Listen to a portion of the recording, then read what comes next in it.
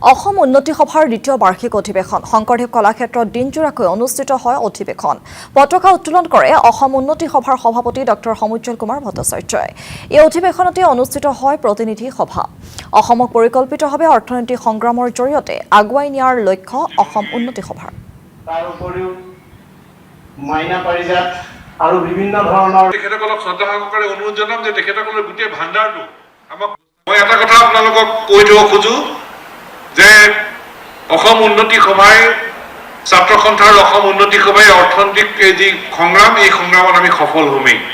এই কথা আপোনালোকক মই কৈ থলো আৰু আমি কৰিম আমি পাৰিম আৰু আমি কৰিম যে পেটৰ ভোকত কিন্তু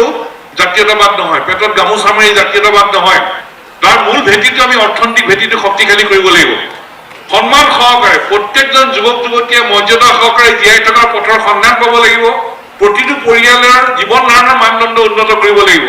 আৰু সেই ব্যৱস্থাটো কৰিহে আমি আমাৰ সত্তাটোক আমি শক্তিশালীভাৱে আগুৱাই লৈ যাব পাৰিম যি প্ৰকল্প ল'ম খুব চাইলেণ্টলি কৰোঁ কৰি পেলাই কম যে আমি কৰিলোঁ উই ডিড ইট প্ৰত্যেকখন জিলাৰ যদি আমি এই ধৰণৰ প্ৰকল্প ল'ম আৰু সদৌ অসম ভিত্তিত যেতিয়া আমি প্ৰকল্প ল'ম আমি একো নকওঁ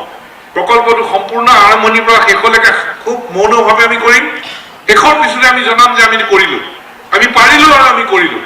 অসম উন্নতি সভাৰ এই সাধাৰণ অধিৱেশনৰ পৰা আমি এটা পণ লৈ আগবাঢ়ি যোৱা উচিত অঞ্চলে অঞ্চলে